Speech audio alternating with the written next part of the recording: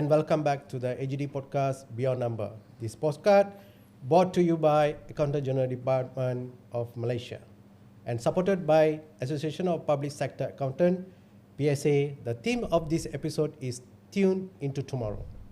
In our previous episode, AGD teams explored the journey of implementations, management accounting in the public sector, how management accounting support government reforms through tools like budgeting, performance measurements, costings, financials, and risk analysis. Thank you to the previous panelists, Julia, Ahmad Jawad, and Muharrus Rizad. Today, we are shifting our focus to a new and important topic, that is sustainability reporting. And I would like to emphasize that views and insights shared by panelists are their own and do not reflect the official positions of policy, the organization they are affiliated with.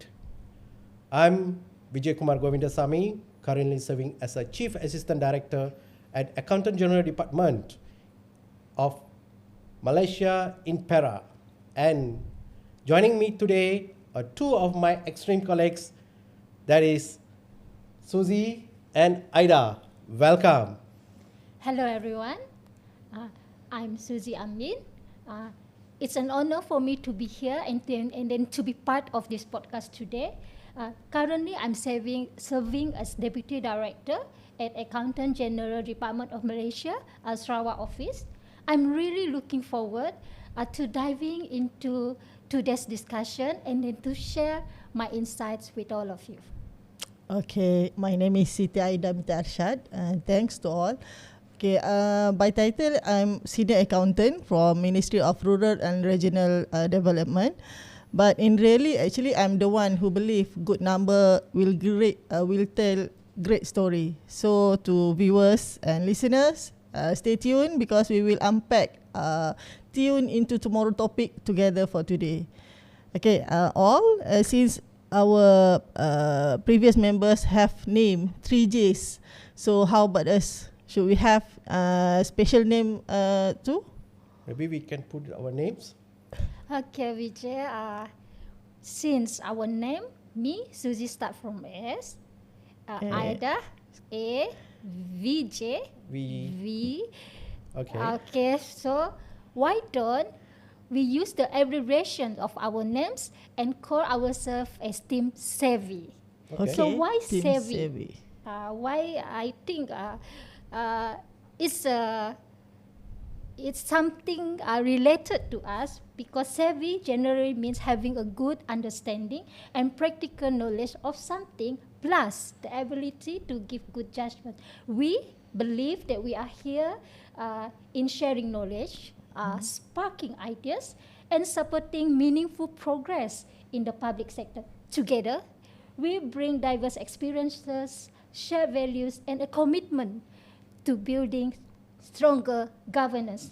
Vijay, just now we talked about the theme of our podcast today is Tune into Tomorrow. Can you please relate it with the topic of our podcast today? Tune into Tomorrow. I suggest that it's the idea becoming attuned to the future possibilities, emphasizing the importance of preparing for the future, aligning with the what lies ahead. In the context of sustainability reporting, this tagline encourages organizations to anticipate future ESGs challenges, stay informed about emerging environmental, social, and governance, that is called ESG, issues in this impact business landscape, align with the long-term goals, ensure that current actions that strategy are harmony with the future sustainability objective, and last is engage with the stakeholder meaningful. Communicate transparently about sustainability effort, fostering trust and collaboration with the sustainable future. Over the year, I witnessed how financial accountability is evolved in public sector. Management accounting as play a crucial role in the helping us plan smarter, optimize our resources, then make more informed decisions in today's world. sustainability reporting is emerging the key pillar, how define responsibility, transparent governance. In this episode, I'll know three of us will exploring the more important shifting. What is sustainability reporting and why essential to our public sector? Susie, can you tell, based on your vast or extensive experience, tell about financial reporting you see over the year in our government sectors? Thank you, Mr. Vijay. Well, I feel it's a compliment for me when you said that I'm having extensive experience. Thank you very much, Mr. Vijay. I think all the three of us also have the same vast experiences because three of us here have more than 15 years of experience in public sector accounting. Okay, Vijay, indeed, throughout my tenure in various government departments, I have witnessed the increasing sophistication in financial reporting within the public sector. I still remember beginning my career as a public sector accountant back in 2006 when the financial records were still maintained manually before transitioning to electronic system. I still remember our cash book. How big is it? Much bigger than A3 size. Yeah. So every time you want to check, you have to flip it through, and then you have to check line by line of every transactions that being recorded in the cash book. So that is the cash book. And then some more, how about our daily transaction? Our workbook also the same. But now we already changed from manual. If you still remember, we start with ESPKB, our electronic system. And then now we are using IGF mass from one the system uncentralized, of which every accounting office, they have their own server. And now when we move to IGF mass, it already centralized server, of which Accountant General Department can see the real-time transactions of all the ministries that are using the IGF mass system. So now, sustainability reporting, it represents the next significant evolution. So we can see how it has been transitioning, how it evolutionized.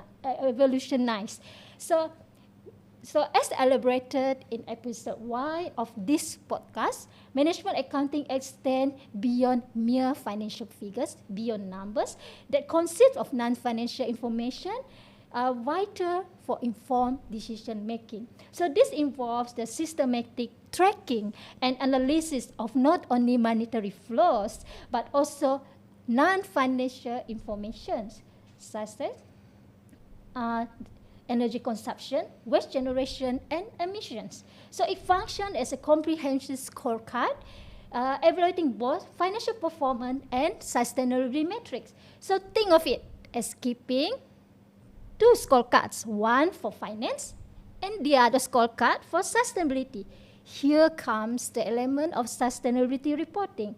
So through the application of these metrics, entities integrate information within the annual reports to inform the public and stakeholders regarding the performance against social and environmental objectives. So furthermore, entities bear responsibility for every action undertaking in the daily operation that may give environmental and social impacts. So entities are also accountable for the accuracy of the information disclosed to the public to ensure there is no misleading information. So this illustrates the mechanism by which entities demonstrate the accountability and how management accounting connected with sustainability reporting. So Aida, I think I will pass. Okay, if I can add some point into Susie's. Actually, sustainability reporting is a vital step forward in demonstrating accountability. What we can say, accountability is not in just in number, but in real world impact. So it's about measuring. It's about measuring not only for today's result. Actually, we are talking about future generation for future sustainable future. Fantastic, Susie and Aida. Well, we go to the fundamental. What exactly is sustainability reporting and why it's becoming such priority in our public sector governance? To kick off things, sustainability reporting is basically the process of disclosing organizations' performance on the environmental, social, and governance issues. They call ESG. In Malaysia, the focus is shifting towards standardizing and transparent reporting practice to meet growing investors and stakeholder expectations. Susie, from point of view, can you elaborate in sustainability reporting? Thank you, Mr. Vijay. Before I elaborate on sustainability reporting, allow me to explain the concept of sustainability development, because sustainability reporting evolves after the introduction of sustainability development. So let us go back to the year of 1987 when the World Commission on Environment and Development issued the Brundtland Report entitled Our Common Future, where this report introduced the widely accepted definition of sustainability development. So basically, sustainability development means meeting today's needs without compromising the ability of future generation to meet their needs. So this definition is actually, until now, is still being prominently referred, especially in many scholarly journal articles. So what does the report underlines? So this report underlines the critical importance of assessing both current and future consequences of our actions on environment and society.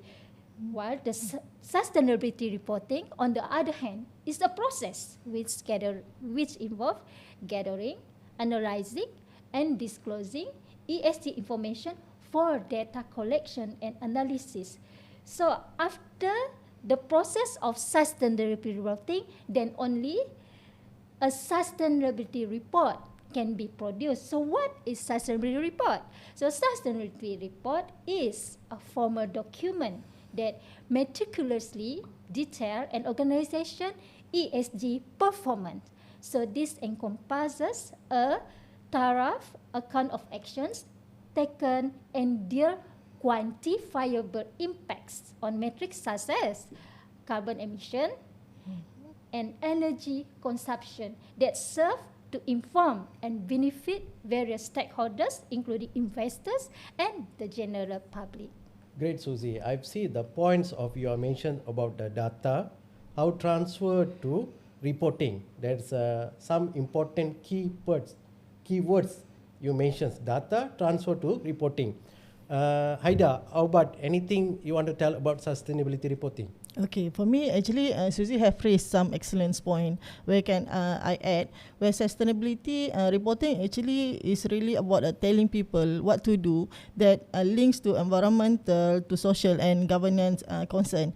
And for me, sustainability reporting actually is not only about compliance, about ticking a box, about checklisting. It's more about accountability and long-term value creation.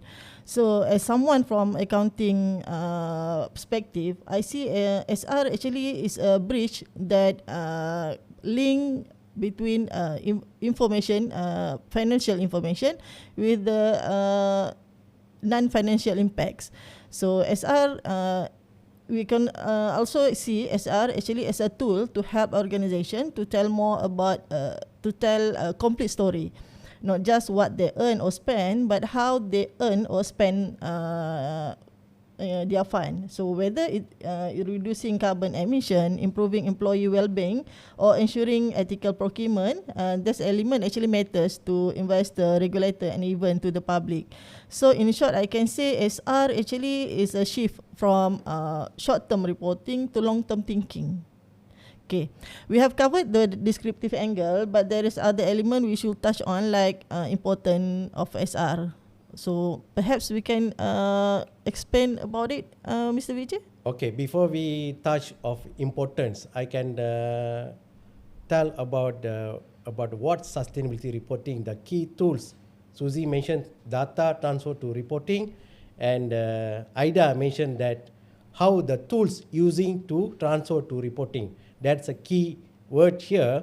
Then before we go step to importance in sustainability. So we take a break first.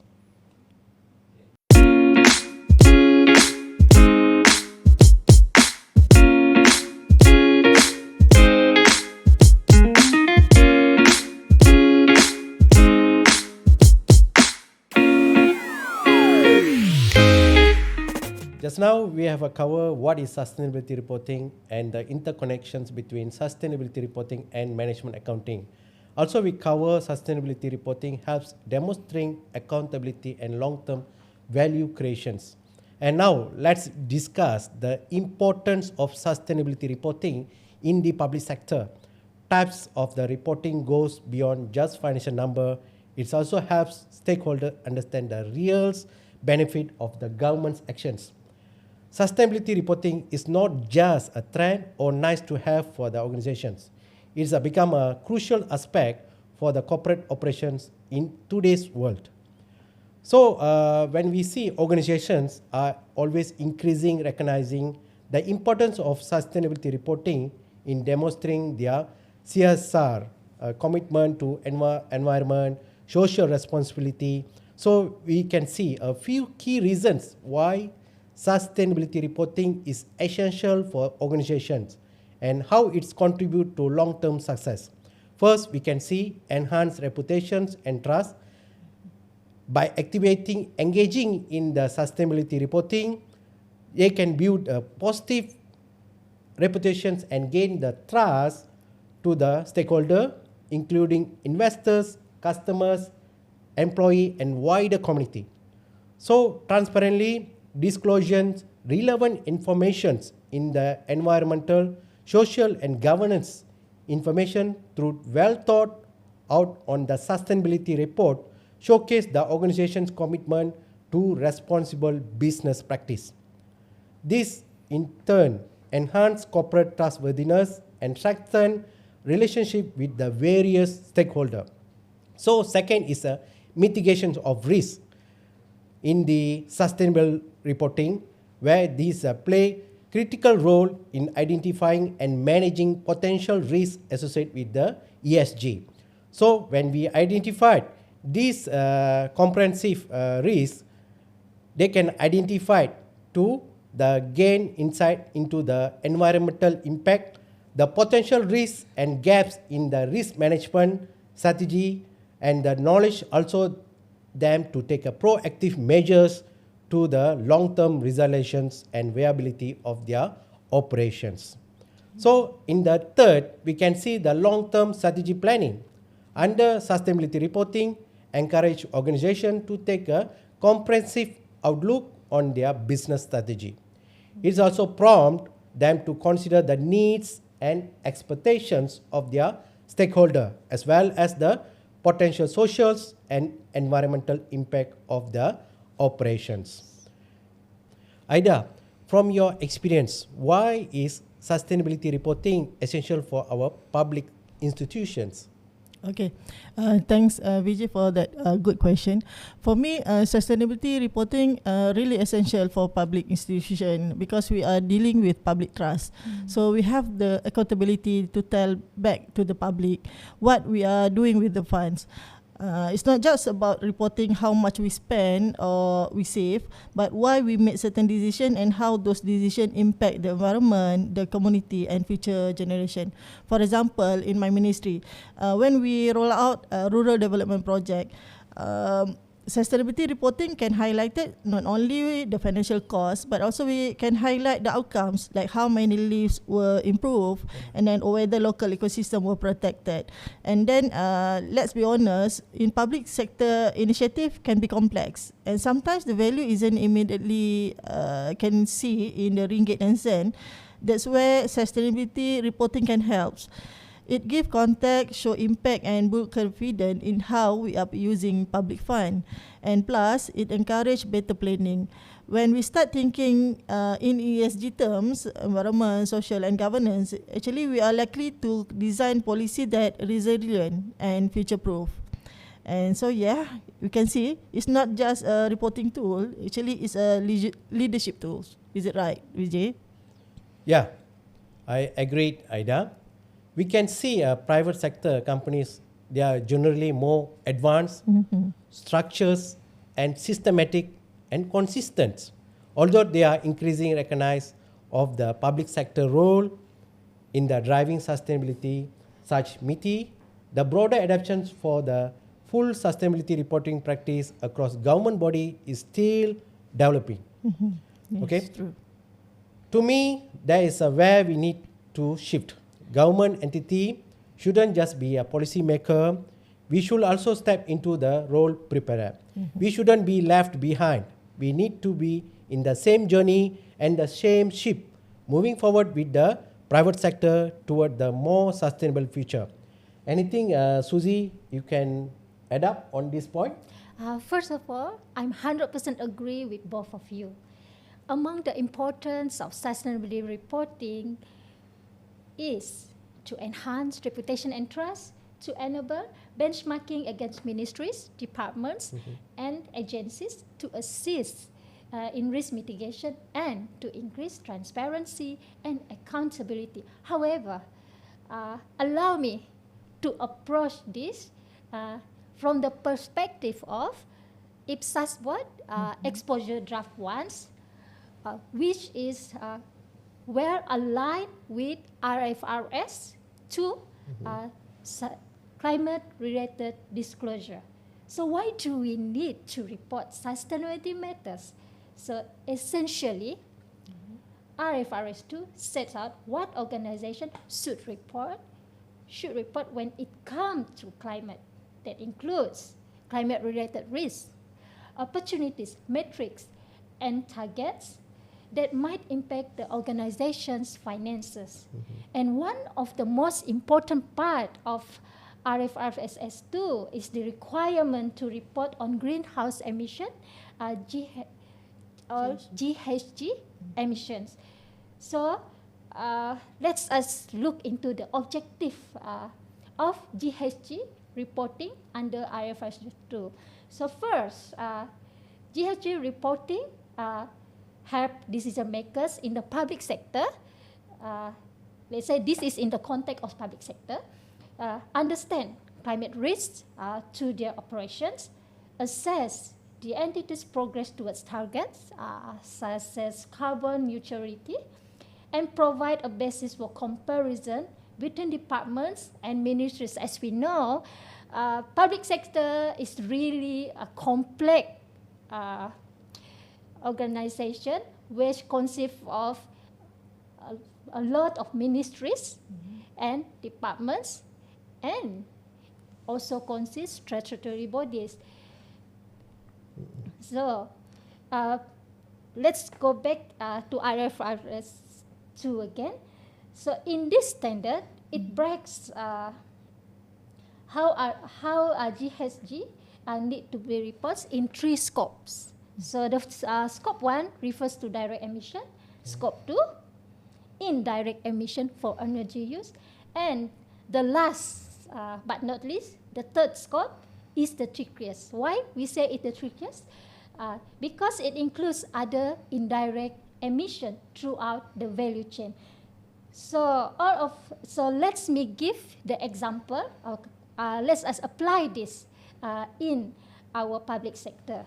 So I give you the first example in government hospital. So government hospital usually have scope 1 emissions from diesel generators, because diesel generators are used for backup power. For scope 2, okay, it's the electricity they use to run the hospital, and that fairly straightforward, scope 1 and scope 2. And then the third scope, okay, we are talking about indirect emissions. So I give one example, clinical waste. So in hospital, for example, if there's an operation, for sure there is a waste, clinical waste. Yeah. So how does, not only they are using during the operation, maybe during the blood taking procedures and many more procedures. So while dealing with the chemical waste, there we relate on how we dispose the clinical waste. So the way we dispose the clinical waste also contribute to the GHG emission, even though the clinical waste disposal are done by third party. Usually, the concession companies that are appointed by the Ministry of Health. So next, let's us look at second example, which are city councils. So they typically generate scope 1 emission from their operational emission. So for example, the garbage truck, we know that we run the garbage truck in terms of the fuel that they use to run the truck. So second, the scope 2 emission come from energy use in the council buildings. So the electricity that the council building use. And as for scope 3, this could include activity by external contractors. For example, cleaning services or construction project, again, not directly operated by council, but related to each operation. So, and finally, the last example for central government departments. Maybe in my office, your office. Okay, we have this actually. Okay, because we are office based. Okay, we might not have significant scope 1 emission, but of course we are still using electricity. We every day we come to the office, we come to our room, open our door, and then first thing we do, switch on the electricity. We switch on our aircon. So it's contribute to the scope 2 GHG emission. So the last one, the scope 2 emission, the scope 3 emission related to our departments include official travels and procurement. So I give the example when we go for official travels. Okay, let's say in our internal audit teams, we might have 5 teams. So how do we contribute to the environment? Imagine if each of the team member, they are driving, every of us driving one car. So that means instead of each of us drive in different separate car, might as well we are using carpooling. So that is the part we can contribute to save the environment. So in terms of the transportation that we choose while we on our official travel. So the other example of procurement in central government office that related to scope 3 GHG emission is in terms of our procurement. Okay, maybe just look at our computer, the laptop we are using, and then how is it the battery that we use that are related to the ICT equipment? Do we really care what we purchase is really sustainable? So that's why we come with green procurement. So whatever the government purchase, they need to see whether the product are environmental friendly. So that is some of my example. Really good example under scope 1, 2 and 3. Aida, how about your side? Any point of view you can share on this matter? Okay, I think I will talk about current position or progress from policymakers, especially from the accounting side. Actually, honestly, in accounting side, in the public sector, sustainability reporting actually really is still quite new. Unlike the private sector, we don't yet have any official requirement for government agency to publish ESG or sustainability report, and or to relate it with our financial statement. But there is some movement happening here. Some example as what Suzy has said, At the national level, we have effort like green budgeting and environmental criteria in procurement led by Ministry of Finance. And on the international front, we can see IPSAS board has released an exposure draft on climate-related disclosure for public sector entities, as explained by Suzy. So that might shape our reporting practice in the future. And some agencies like KPF, EPF, Hazana, and even a few GLC have started including sustainability element in their annual report. But that's more on voluntarily for now instead of requirement. Okay.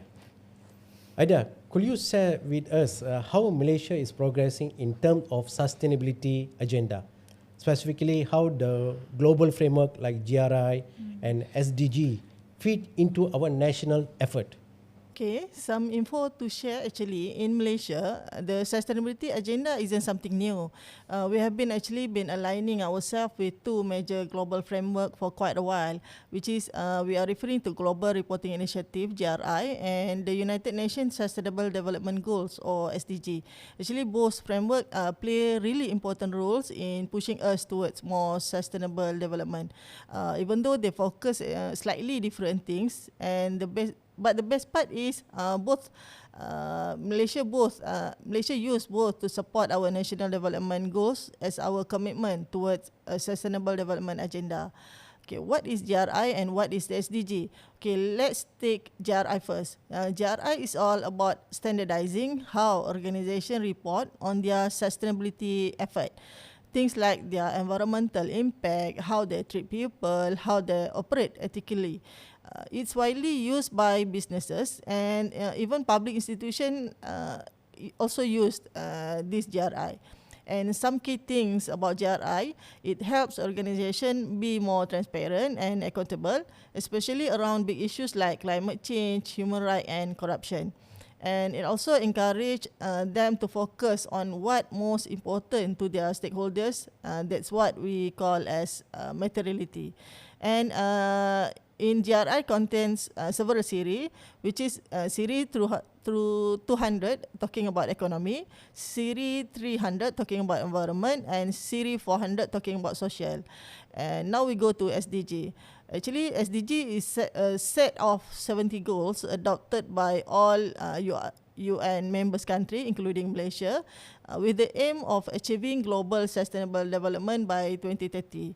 They touch on everything from poverty and hunger to education, gender equality, and climate action. Actually, in Malaysia, we have been using the SDG as a national development blueprint and policy guidelines.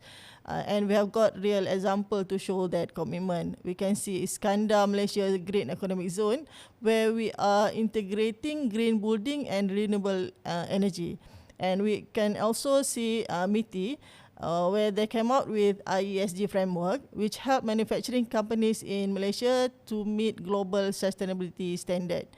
And Ministry of Economy actually actively tracking our progress. And yearly since 2018, they come out with Sustainable Development Goals, is SDG indicator of Malaysia, based on where the achievement of 17 SDG were reported.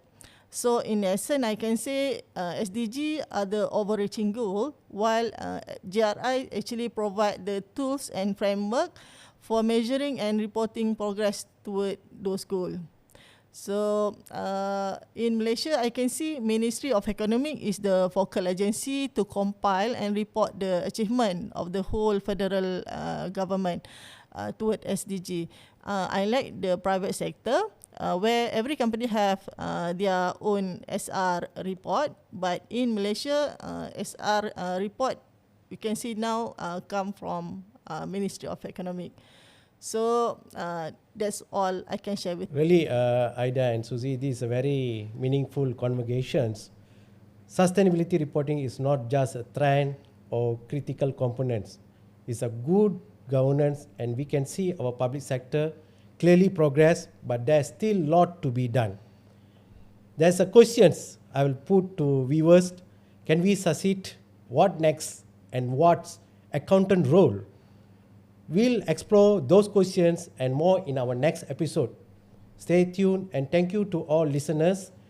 Thank you to AGD, especially to our top managements and PAC for the supporting this podcast. And to all the listeners, don't forget, subscribe, like the AGD YouTube channel to keep supporting us. Thank you. Thank you.